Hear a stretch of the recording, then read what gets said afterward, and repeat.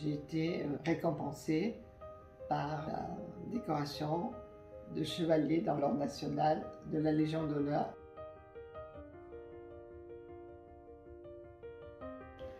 Je travaillais dans une entreprise pharmaceutique qui était pionnière par ses chercheurs dans le domaine des hormones. Elle était connue dans le monde entier pour ses hormones, notamment les corticostéroïdes qui ont sauvé la vie de plein de gens. Et elle était leader dans cette chimie complexe des stéroïdes. Et un jour, quelqu'un a eu l'idée, un grand chercheur, le professeur Étienne-Émile Beaulieu, un endocrinologue, de dire, mais dans le fond, on va peut-être trouver avec les hormones une nouvelle méthode médicamenteuse pour interrompre la grossesse de façon plus sécure, plus douce, on va dire. Même si une interruption de grossesse reste un drame, mais c'est plus facile de prendre un médicament que de subir une chirurgie, parce que l'interruption de la grossesse se faisait uniquement quand elle se faisait correctement par un chirurgien, et quand elle était faite clandestinement, c'était l'horreur, c'était des faiseuses d'anges. Je passe sur les détails de toutes ces femmes qui ont perdu la vie parce qu'elles n'avaient pas le choix que d'interrompre une grossesse non désirée. Et là, j'ai dit, il faut vraiment que tu aides ces femmes. C'est leur choix. J'ai pas apporté de jugement, à faire en sorte qu'elles aient accès à une méthode efficace, d'abord, et moins dangereuse pour leur vie, pour interrompre leur grossesse. Et donc, il s'agit tout simplement, c'est très simple, d'une anti-progestérone. Gestérone voulant dire gestation, donc grossesse. Donc, si quand vous êtes enceinte, vous prenez une anti-progestérone, 2 jours après, vous avez vos règles. Bon, ça reste une interruption de grossesse. C'est un petit peu, c'est pas tout à fait, mais c'est le même principe que la pilule du lendemain.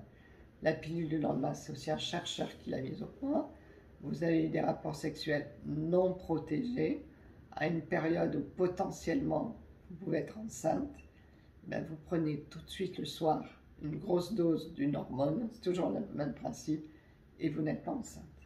Donc ce sont des méthodes médicamenteuses qui font que les femmes ne se retrouvent plus en situation de détresse.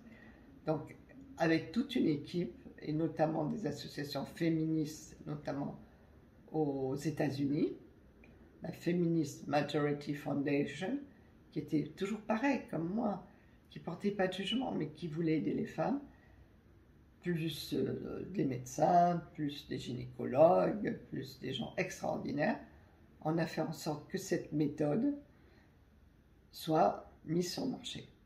Dans le monde entier, il y a des pays où on a pu le faire, avec des partenaires courageux, et dans des pays où, aujourd'hui, l'avortement est interdit. Ayant une grande admiration pour ma maman qui avait élevé ses enfants pratiquement toute seule, par son courage, son travail, j'ai eu très envie de faire en sorte que les femmes puissent avoir accès aussi au travail, et dans le cas du travail, à l'égalité des chances avec les hommes, parce qu'il n'y a pas de raison qu'une femme qui travaille soit moins bien rémunérée qu'un homme, soit pas nommée à des postes aussi importants que les hommes, à compétences égales. Je ne suis pas pour l'égalité de principe, je suis pour l'équité. L'équité et l'égalité, c'est pas pareil. Donc j'ai beaucoup œuvré pour ce qu'on appelle l'égalité des chances. Et bon, j'ai peut-être été récompensée en mettant en place un projet d'entreprise, en faisant diverses actions de communication, parce que la communication est très importante pour expliquer tout ça aux femmes. J'ai été récompensée par la décoration de chevalier dans l'ordre national de la Légion d'honneur, ayant été avant chevalier dans l'ordre national du mérite. Là, j'ai été faite après chevalier officier, voilà, tout simplement. J'ai eu beaucoup de chance, surtout à la fin, parce que le président du groupe pour lequel je travaillais, il était d'origine arménienne et il avait quitté le génocide arménien.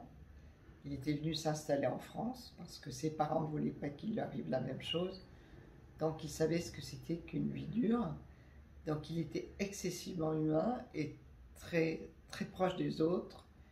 Et il m'a beaucoup apporté parce que il avait le respect de toute personne humaine, quelle qu'elle soit, que ce soit les syndicalistes, ou que ce soit les ouvriers, que ce soit les cadres. Voilà. Donc de ce côté-là, j'ai eu beaucoup de chance avec lui, mais j'ai connu avant cette personne, des personnes qui étaient beaucoup plus machistes, si je puis dire, et qui avaient pas les valeurs que j'ai, qui est le respect de la personne. Donc parfois, oui, je reconnais que je faisais peut-être des erreurs aussi, hein. Mais bon, ma vie n'a pas toujours été facile, mais elle s'est bien terminée grâce à cette personne qui m'a beaucoup aidée parce que quand je faisais des erreurs, il me disait: Catherine, là vous faites une erreur et ça ne me gêne pas de faire des erreurs, mais ce que j'essaye de faire, c'est de ne pas les reproduire. Voilà. Mais bien sûr, bon, être une femme, c'est pas facile, mais les choses ont changé. Parce que je pense profondément que la recherche scientifique ou technologique, hein, c'est-à-dire les méthodes, sont un atout majeur du progrès d'une société. Une société qui ne ferait pas de recherche ne pourrait pas progresser. Ça fait partie des inconditionnels d'une société, quelle qu'elle soit, quel que soit le pays. Profondément, je pense que être chercheur, c'est être utile. Parce que l'objectif que l'on doit avoir quand on travaille, c'est d'être utile à la société dans laquelle on vit. Et en étant chercheur, même si on a plus d'échecs que de succès, mais ça vous apprend l'humilité, la recherche, c'est l'école de l'humilité.